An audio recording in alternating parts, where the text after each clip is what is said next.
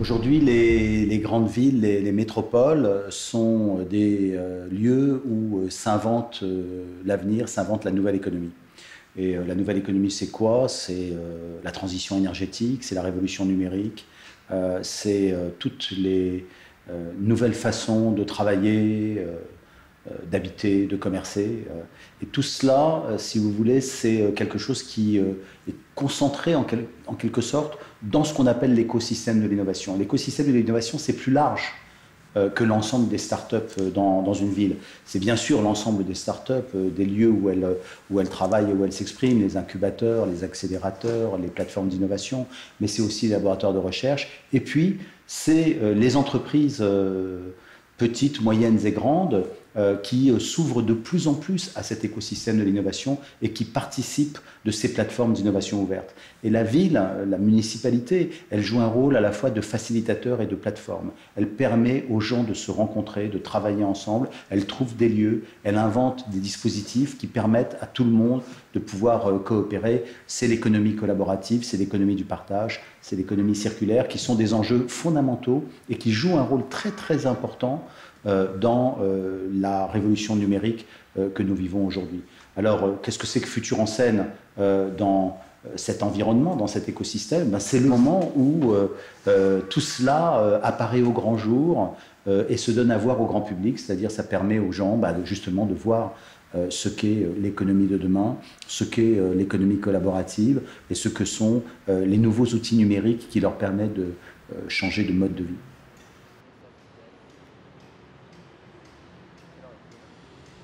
Futur en scène, c'est le festival du numérique, organisé par le pôle de compétitivité Cap Digital, avec le soutien de la région Île-de-France. En 2015, ce sera la 6e édition du festival, qui existe depuis 2009.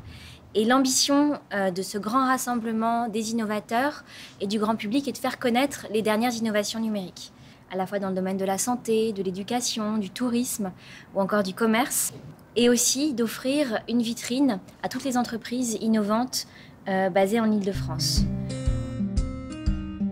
Le village des innovations, qui a lieu durant 4 jours à la Gaîté Lyrique, au CNAM et à Numa, c'est plus de 150 démos de projets numériques innovants, c'est plus de 100 conférences et plus de 250 intervenants.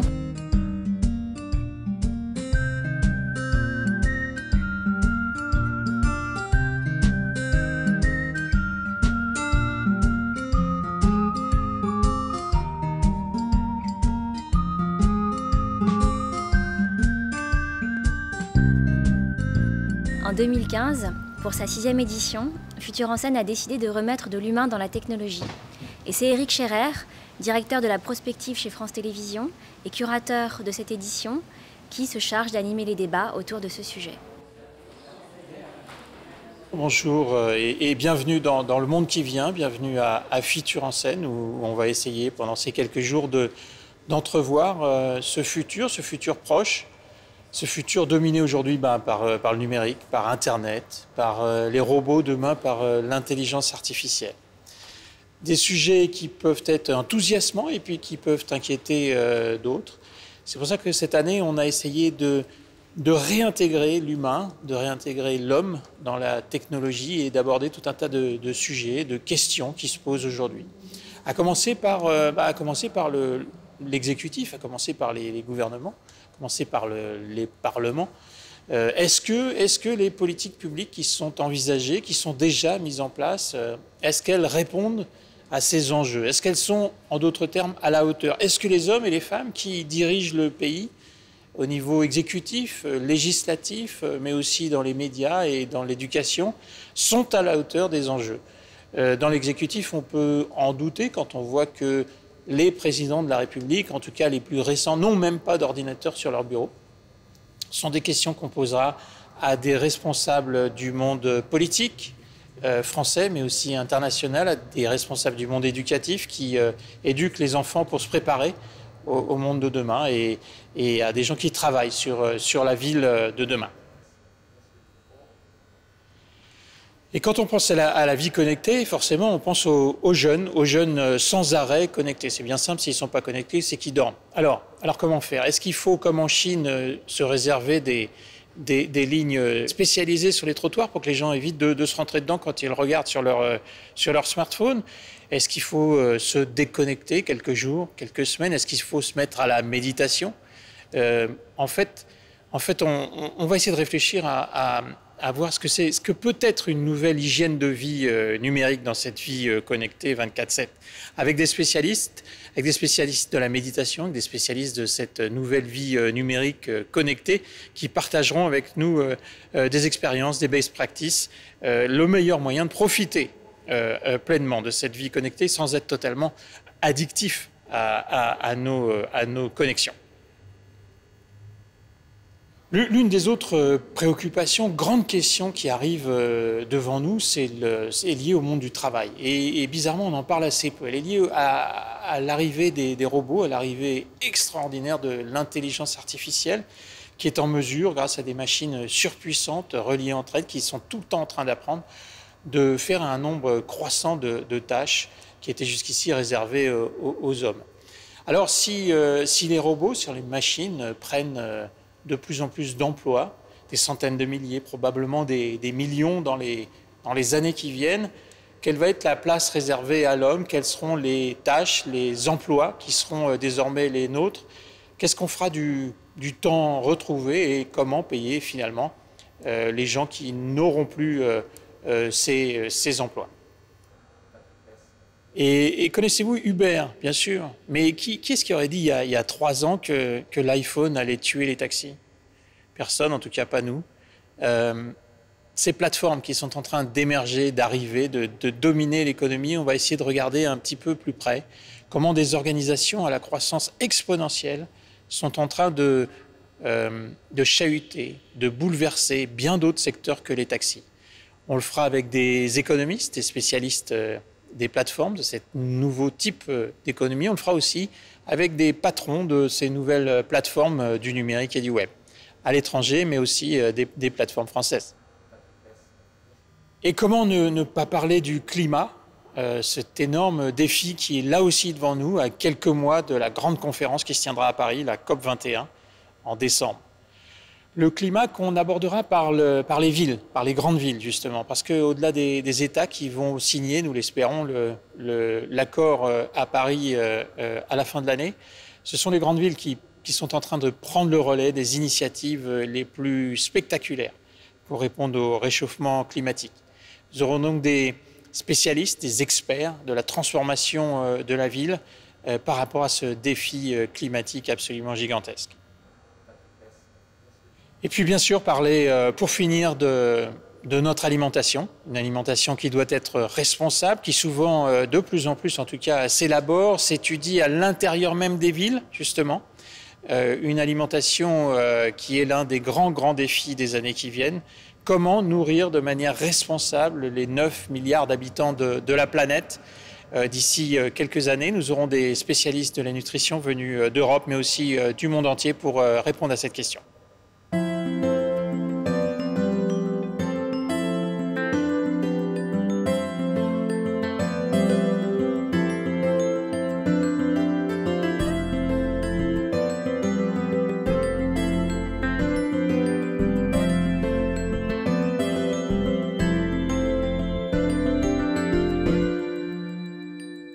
Aujourd'hui, c'est une quinzaine de personnes. On est basé à Paris, principalement à travailler sur des problèmes d'ingénierie.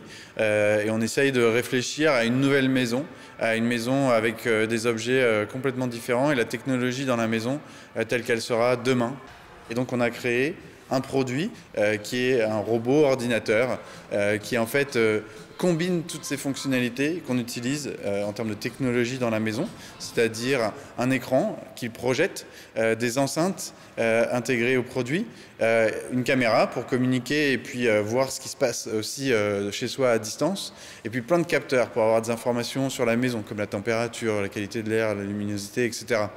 Et donc on a intégré toutes ces fonctionnalités dans ce produit, et en plus en mobilité, parce que c'est un petit robot qui se déplace qu'on peut avoir un écran sur un mur, mais aussi sur un plafond, puisqu'il le projette sur une porte, sur un frigo. On peut aussi avoir du son dans n'importe quelle pièce et une enceinte qui nous suit. On peut avoir une maison qui est intelligente grâce à ses capteurs pour nous donner des informations sur la température, la qualité de l'air, etc.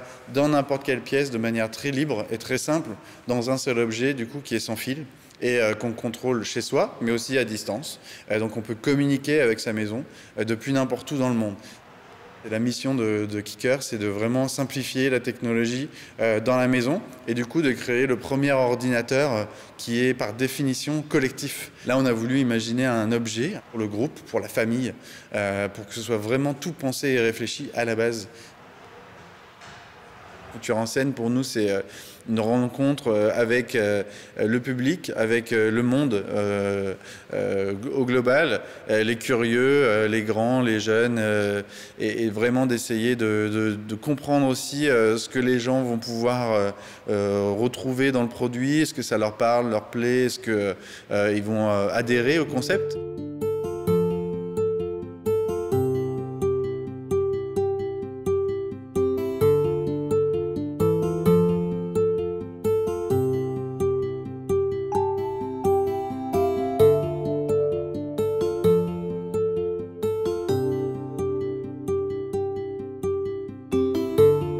C'est un cahier de coloriage où on colorie avec ses crayons, ses feutres, on peut coller des gommettes, etc. Et une fois qu'on a fini son coloriage, on le prend en photo via l'application Wakatoon. Et magique, instantanément, ça se transforme en dessin animé. En fait, à l'origine, j'observais mon neveu qui passait beaucoup de temps sur les jeux vidéo. Et je souhaitais qu'il fasse des choses plus créatives, ancrées dans le numérique, mais avec ses parents, qui ne sont pas du tout technophiles. Donc, suite à ça, je me suis dit qu'il fallait créer quand même une application qui ne se retrouve pas dans les App Store, mais plutôt en librairie. Et c'est spontanément que j'ai pensé, en fait, à aller voir Claire, dont je connaissais le travail. Alors, le cahier de dessin animé, comment ça marche? 1, je colorie un dessin. 2, je le prends en photo. Et 3, il s'anime, comme par magie, et se met à parler, à raconter une histoire qui peut avoir un caractère pédagogique. C'est peut-être pour ça qu'on est dans la catégorie éducation à Futur en scène.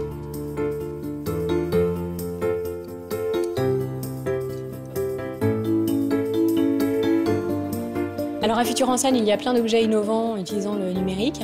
Ici, avec le cahier de dessin animé, le numérique est présent, mais de manière très discrète.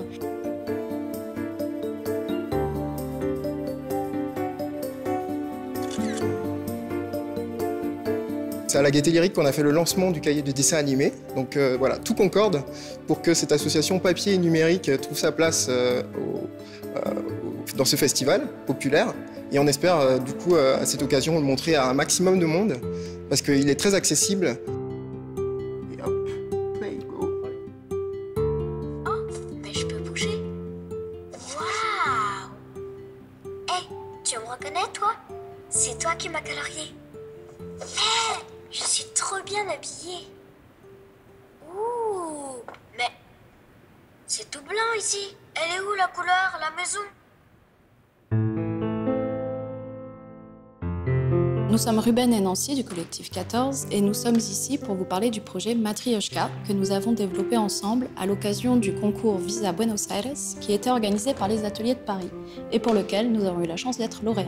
Nous avons déposé le projet dans différents événements et nous avons donc été retenus pour Futur en scène. Le projet sera aussi montré au Designers Days et à Futur en scène, il s'inscrira dans la rubrique Quotidien responsable. Parce que Matryoshka est un mobilier urbain qui propose une microproduction énergétique. Microproduction énergétique, on appelle aussi énergie positive, car elle se nourrit des énergies des ressources naturelles comme l'éolienne, l'hydrolienne ou les photovoltaïques, même l'énergie motrice à partir d'un vélo, pour faire fonctionner un borne routeur Wi-Fi et des prises pour connecter nos portables et ordinateurs et rester connectés tout en étant dans la rue. Aujourd'hui, le scénario que nous développons est constitué d'une éolienne de rue. Et pour cela, nous espérons, durant Futur en scène, pouvoir donner suffisamment de visibilité au projet pour mettre en place un crowdfunding qui nous permettra de financer le prototype. Il nous paraît important de développer aujourd'hui ce genre de questions, la microproduction énergétique dans l'espace public, car cela correspond de plus en plus à une attente. Et par ailleurs, il se développe dans Paris certaines activités qu'on appelle les tiers-lieux, les Fab Labs, tous ces lieux qui finalement visent à mettre en place des questions technologiques, mettre en place des modes de travail qui sont de l'ordre de la collaboration et qui parfois prennent place dans l'espace public. Matryoshka visera donc à équiper ces usages de l'espace public.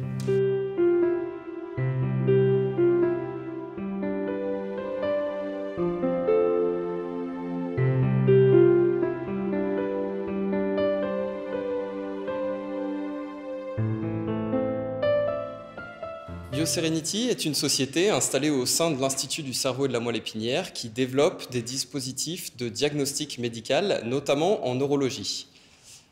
Nous avons développé le Neuronaute, qui est un vêtement intelligent avec des capteurs biométriques intégrés et qui va notamment permettre d'enregistrer l'activité électrique du cerveau. Ces signaux vont être mis à disposition du médecin pour le diagnostic plus rapide de l'épilepsie. Le Neuronaute est un vêtement qui comprend des capteurs biométriques intégrés, capteurs secs actifs qui permettent notamment l'électroencéphalogramme dans le bonnet, l'activité électrique du cerveau, mais aussi dans le t-shirt des capteurs d'électrocardiogramme, d'électromyogramme, la contraction musculaire, des capteurs de respiration et d'activité. Alors je le porte sur moi en ce moment même, je vais vous montrer. C'est un vêtement qui est très confortable, qu'on peut facilement porter sous ses vêtements normaux. Et les signaux enregistrés par le vêtement vont être envoyés vers une application smartphone, puis vers le cloud, où le médecin pourra les consulter. BioSerenity est ravi de participer à Futur en scène. On a eu le grand plaisir de se voir proposer de participer par Cap Digital. C'est l'occasion pour nous de rencontrer un maximum de public et d'échanger sur ce Neuronaute, qui est un dispositif médical innovant et dans sa façon de fonctionner, mais aussi dans son usage, puisqu'on va pouvoir enregistrer les gens à domicile et plus seulement à l'hôpital. C'est donc très intéressant pour nous d'avoir cette conversation avec le public, les Parisiens présents, pour savoir justement comment ils envisagent de porter ce vêtement chez eux.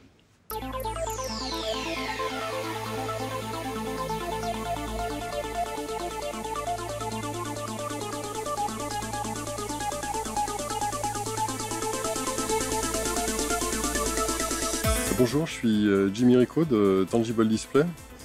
Donc chez Tangible Display, ce qu'on essaie de faire, c'est d'interagir avec le monde numérique de la même manière qu'on interagit avec le monde physique, c'est-à-dire de faciliter les usages. Donc pour ça, on a mis au point une solution qui s'appelle ObjectViz, qui nous permet de détecter des objets sur des écrans multitouch. Et lorsqu'on peut détecter ces objets sur des écrans, on va pouvoir naviguer dans des contenus, naviguer dans des bases de données, faire des applications pour différents domaines, que ce soit du vidéo éducatif, de la muséographie, du retail, de la recherche.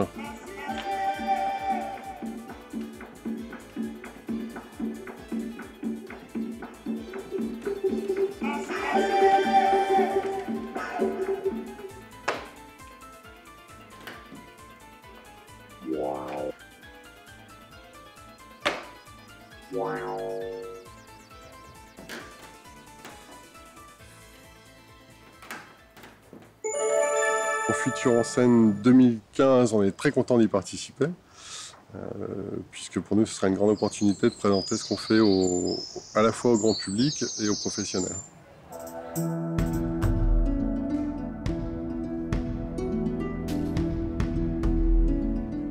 Je vais vous présenter la Makerbox. La Makerbox qui est une boîte cadeau en fait, qui est née, qui est issue du magazine Ouzbek Erika.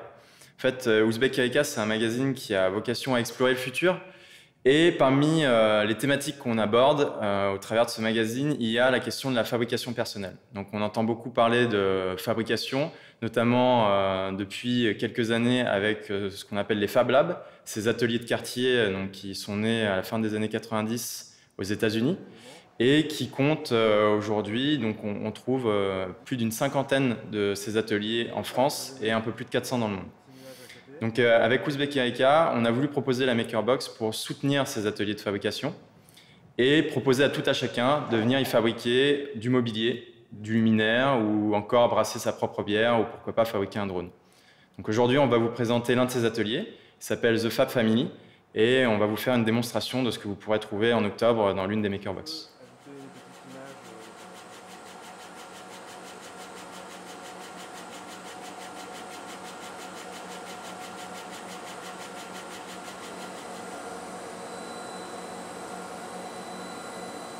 Donc avec Makerbox, on a décidé de présenter le projet à Futur en Scène, tout simplement parce que c'est le lieu idéal en fait, pour montrer le potentiel du projet et surtout pour se réunir donc, à la Gaîté Lyrique en juin avec une partie des lieux avec qui nous travaillons en Ile-de-France, notamment The Fab Family qu'on présente aujourd'hui. Et donc ça va être l'occasion de montrer en direct, de faire des ateliers, de montrer donc, ce qu'on va pouvoir trouver au sein des box. We Are Social est une agence née du web social. Elle accompagne BNP Paribas sur sa communauté We Are Tennis depuis maintenant 4 ans. Il faut savoir que BNP est le plus grand sponsor du tennis mondial. Et donc, pour Singapour, BNP nous a demandé une installation innovante. Et donc, nous avons conçu Icebreaker. Icebreaker, qu'est-ce que c'est? C'est une installation interactive qui s'inspire des jeux vidéo et du tennis. Et son caractère innovant réside dans l'interface qui permet d'être activée via un petit capteur qui s'appelle un Leap Motion. Donc pas de clavier, pas de souris, mais une interaction naturelle et qui permet à 2 personnes de se rencontrer autour d'un petit jeu ludique et de partager leurs contacts via les réseaux sociaux, en l'occurrence LinkedIn. L'innovation est une valeur clé de l'agence. C'est pourquoi nous sommes présents à Futur en Scène et membres de Cap Digital. Ça nous permet de collaborer avec les meilleures startups du moment et bien sûr de délivrer une véritable innovation à nos clients.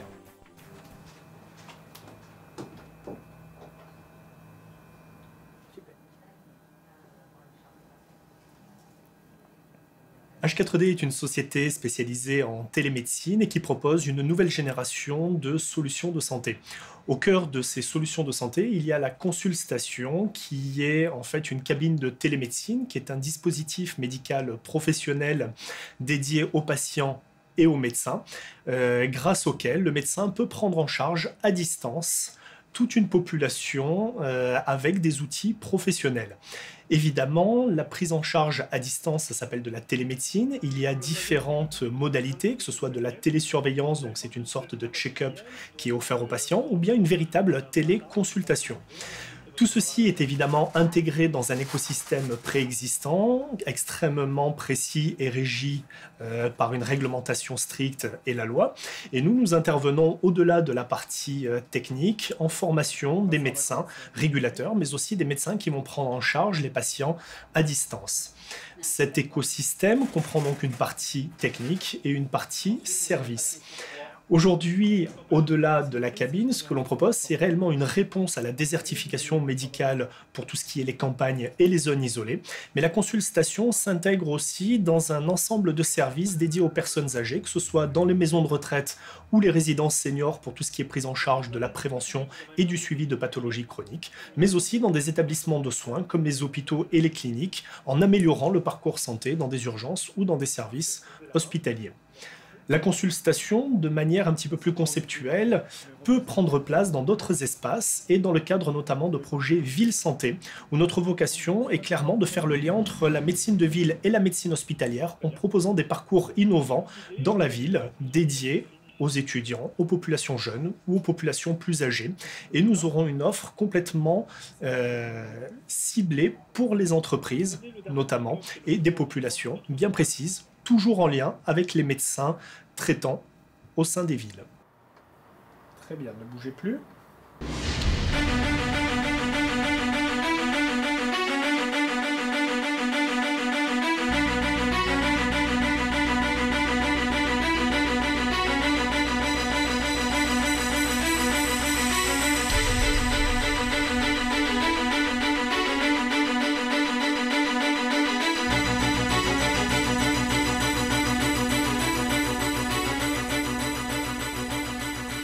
Daniel Diobou, je suis le président de Catopsis, qui est une start-up créée en février 2013 et qui développe des technologies qui permettent d'améliorer la sensation d'immersion dans des applications de réalité virtuelle ou 3D.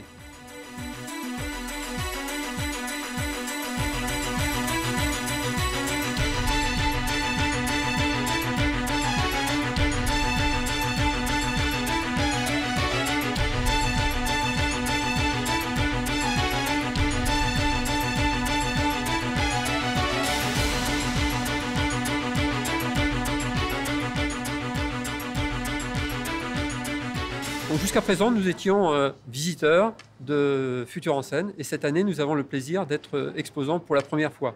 Et cela se fait dans un cadre de partenariat avec Cap Digital et la région Île-de-France qui finance ce premier prototype réalisé avec MyCloud 3D.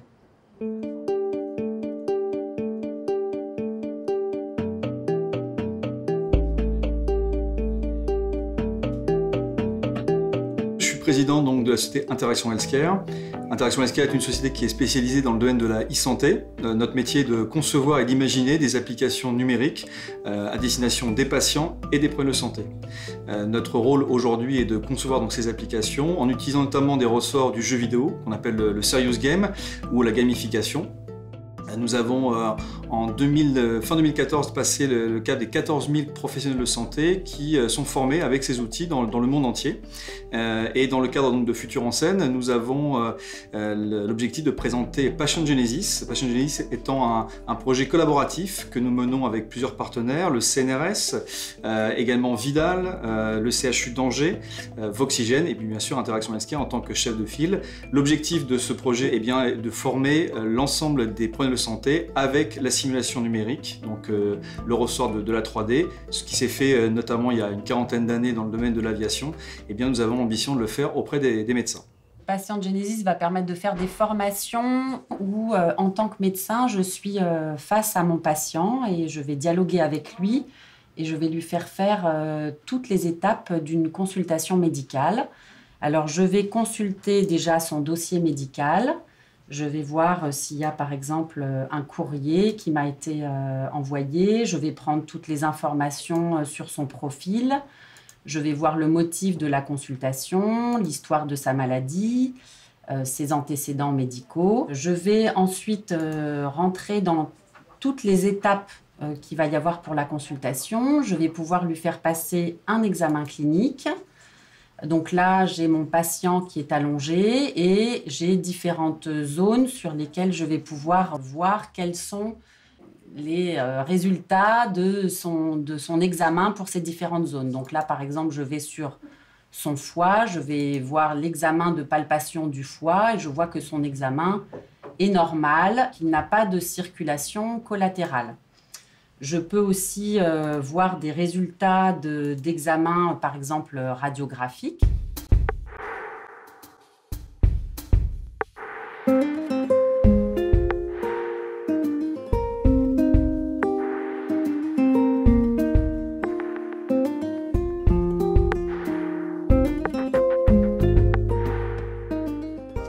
Tralalaire est un créateur de ressources numériques éducatives qui utilise le numérique pour aborder les grands enjeux de société à hauteur d'enfant. Donc on utilise le numérique pour lancer le débat entre l'enfant et l'adulte. Ça peut être l'adulte en classe, l'enseignant, ça peut être l'adulte pendant les activités périscolaires avec l'éducateur ou l'animateur, ou ça peut être le parent ou le grand-parent à la maison. Et l'idée, c'est de s'adapter aux différents contextes d'usage pour aider l'enfant à mieux questionner et comprendre le monde. Notre approche chez Tralalaire est celle de l'éducation critique et de la pédagogie active. Il s'agit de mettre l'enfant en situation d'acteur de ses apprentissages. Et là, dans le cadre de l'application que l'on propose à Futur en Scène, qui s'appelle Mobimusée, il s'agit de rendre l'enfant acteur de sa visite. Mobimusée, c'est une application qui est co-conçue par Tralalaire et le Muséum d'histoire naturelle. Et l'objectif, c'est d'accompagner un groupe d'enfants dans sa visite d'un lieu ou d'un musée. Et le premier prototype que l'on présente à Futur en Scène aura lieu au Parc zoologique de Paris. Et il s'agit de mettre l'enfant dans la peau d'un chercheur. Il va être amené à mener l'enquête. Et en l'occurrence, au PZP, ce sera un pigeon venu du futur qui lancera un appel à l'aide pour l'aider à remettre en place l'équilibre des écosystèmes en 2050. Mobimusée, c'est une application donc d'aide à la visite qui s'adresse à l'enfant et à l'adulte qui l'accompagne, mais c'est aussi une plateforme qui permet de gérer l'avant la visite et après la visite. Donc on est vraiment dans un dispositif complet qui a pour objectif non pas d'enfermer l'enfant dans l'écran, on ne cherche jamais à enfermer l'enfant dans l'écran chez Tralalaire, mais au contraire de l'ouvrir aux œuvres qui l'entourent, et dans le cadre du parc zoologique, aux animaux, mais aussi aux autres membres du groupe, aux enfants et aux adultes qui l'accompagnent. Toujours lancer le débat.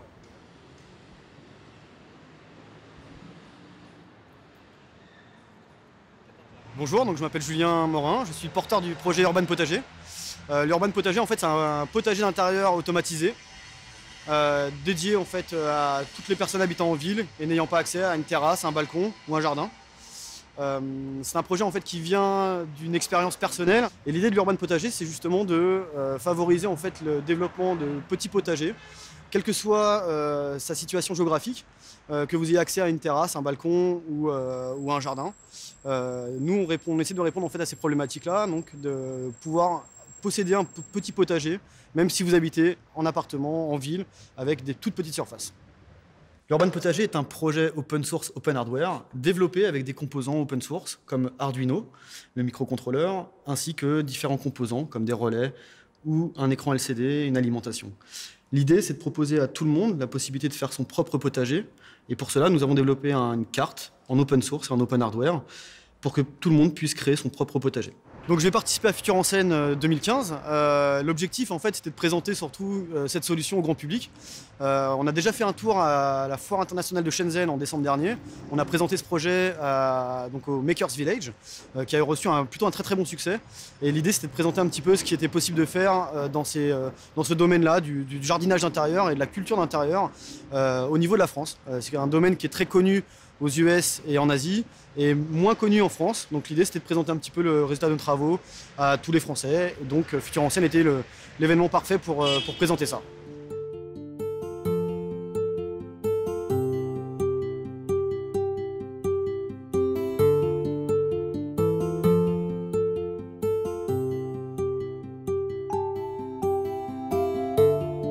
Je représente la société Holomake. Nous développons des outils de réalité augmentée spatiale qui permettent de fabriquer manuellement des objets à partir de données numériques 2D ou 3D. Sans l'aide d'une machine, le travail, la fabrication s'effectue à la main en étant guidé, par exemple, par des hologrammes vidéo. En 2015, cette année, nous présentons une première machine qui s'appelle Croquis et qui permet de dessiner à partir d'un modèle sans avoir un savoir-faire particulier, grâce à une projection holographique.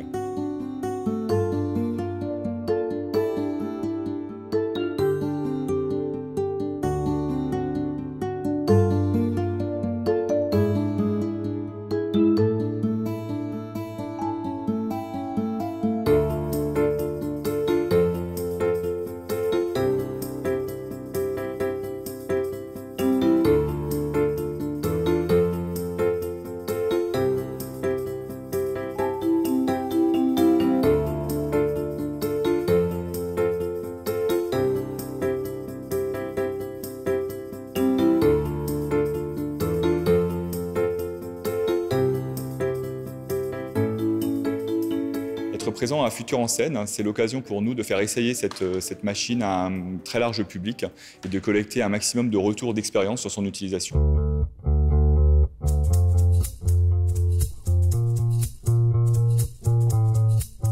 Bonjour, je m'appelle Rodolphe Hasselvander, je suis le président fondateur de Blue Frog Robotics.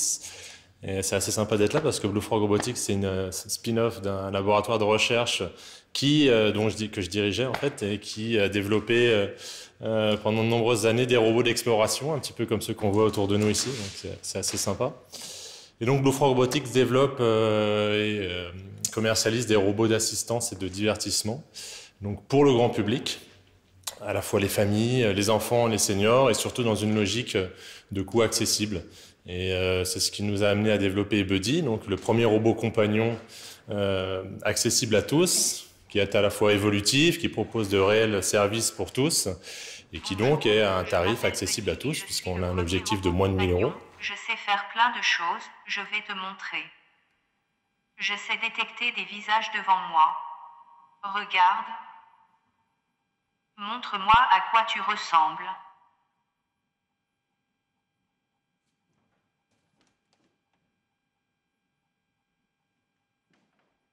Je t'ai vu.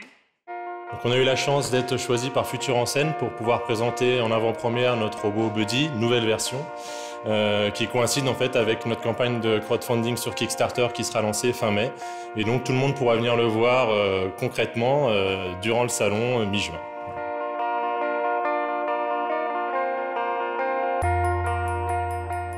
Une des grandes particularités du numérique, c'est que ça met du flou, c'est que ça mélange, c'est que ça brasse. Et d'ailleurs, c'est pas pour rien qu'on utilise souvent des images biologiques, organiques. Et un mot qui revient sans cesse, c'est le mot d'écosystème. On parle tout le temps d'écosystème parce que justement tout se mélange, tout se brasse. Je considère que Paris est vraiment un des endroits où il se passe beaucoup de choses. Aussi bien, j'insiste, d'un point de vue, on va dire, professionnel, entrepreneurial, mais aussi dans les domaines qui sont des domaines annexes, connexes. Donc, la créativité artistique, mais aussi l'associatif, et puis aussi tout ce qui est entreprise sociale et solidaire, économie du partage. Enfin, il y a vraiment une très grande variété en fait, de réussite. Donc le rapport entre les petits et les grands, entre les startups et ces grandes entreprises multinationales d'origine française, il est totalement clé en fait, pour l'évolution de notre écosystème. Et c'est aussi ça qu'on fait à Futur en Scène, c'est donc réussir comme ça, à prendre la spécificité, ce que notre écosystème a de singulier, et je pense de meilleur, mais aussi d'essayer de le pousser en fait dans sa capacité de créer, de faire plus et mieux. Et donc ça va par donc la démonstration, la présentation en fait de différentes filières, de start-up, mais aussi le renforcement du lien dans ce tissu numérique entre les plus grands, qui sont pas forcément les plus agiles, et les plus petits, qui sont pour le coup pas forcément les plus puissants.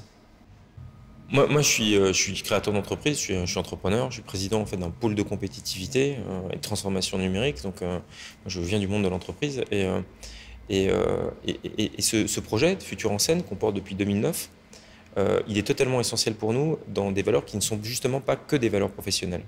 C'est un festival qui est un festival gratuit, ouvert au plus grand nombre, et qu'on veut aussi populaire que possible pendant quelques jours. Tout est gratuit, tout est ouvert, les conférences, les démonstrations. Et je vais vous dire pourquoi. Je pense que quand on parle du futur, faut le faire avec les gens qui contribuent justement à ce qu'il y a de plus fort et de plus beau dans le numérique, de plus enthousiasmant. C'est le fait que justement, il nous permet de participer à ce qui se produit.